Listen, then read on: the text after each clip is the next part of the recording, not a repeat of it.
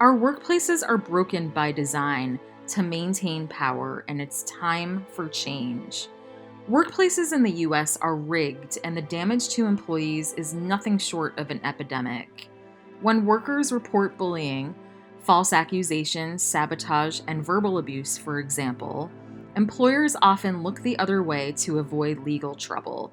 The problem follows a familiar pattern. Number one, a targeted attack. A workplace bully, threatened by a high-performing colleague, starts a campaign of control and aggression. Number two, seeking help. The employee follows protocol and reports the abuse. In a healthy workplace, leadership takes action, investigating complaints, enforcing policies, and holding perpetrators accountable. Number three, institutional betrayal. In toxic workplaces, employers pretend to have a process in place, only to ignore the complaint, side with the bully, or even retaliate against the victim. 4. The fallout. The targeted employee is rebranded as the problem. Forced to choose between their health and their paycheck, they face further mistreatment, gaslighting, and professional isolation. 5. A spreading cancer. When bullying is tolerated, the workplace culture deteriorates. Bystanders stay silent out of fear, and toxicity spreads. Number 6, severe consequences. Employees expecting fairness instead find themselves dealing with depression, anxiety, financial strain, harm on their relationships, and even suicidal thoughts. Legal recourse almost non-existent. Despite workplace bullying being recognized as a psychosocial hazard, the US has no laws protecting workers from it. This failure is costly, not just to individuals, but to companies and society as a whole. Workplace toxicity leads to $300 billion a year in lost productivity, absenteeism, turnover, legal fees, and reputational damage. It also puts an immense strain on social services, healthcare, and the economy at large.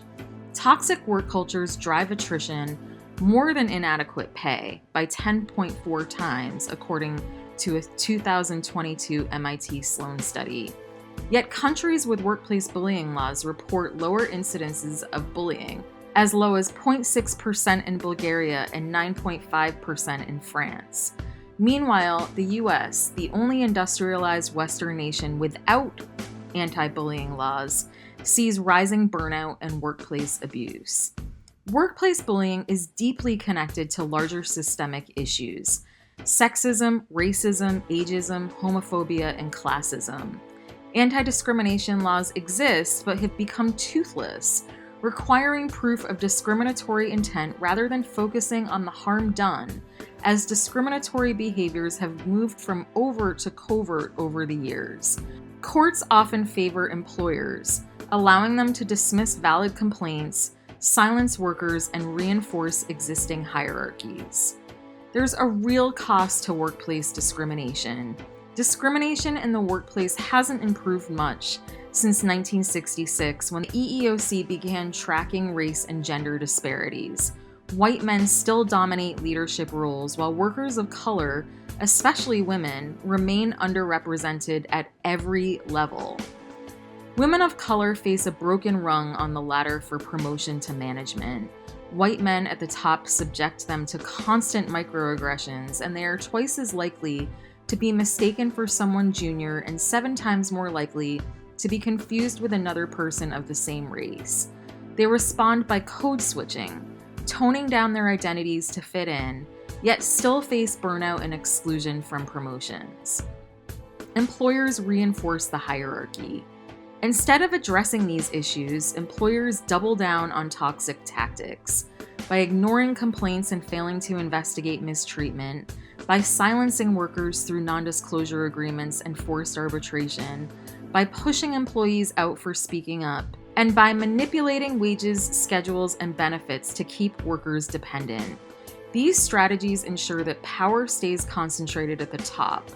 Meanwhile, deindustrialization, declining union membership, and skyrocketing corporate lobbying have further weakened worker protections. There's a social cost of inequality. The consequences of workplace discrimination and systemic inequality are staggering. First, there are health disparities. Stress-related illnesses, chronic disease, and mental health crises disproportionately affect lower income and marginalized workers. Second, generational wealth gaps. The typical white family has 8 times the wealth of the typical Black family and 5 times that of the typical Hispanic family. And economic hardship. The U.S. minimum wage hasn't kept pace with the cost of living. Meanwhile, CEO pay has risen 1,460% since 1978, making 399 times more than the average worker. We need a law. The only way workplaces have ever improved is by holding employers accountable. History shows that change happens when laws enforce businesses to act. Workplace bullying should be illegal, just like other forms of harassment. It's time for the U.S. to catch up. Our work environments should be safe, fair, and free from abuse. Until then, employees will continue to suffer while companies profit off their silence. Let's change that.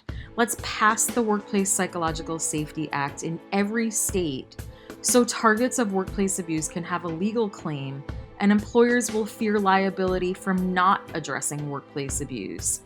Workers deserve to feel safe. Take action today.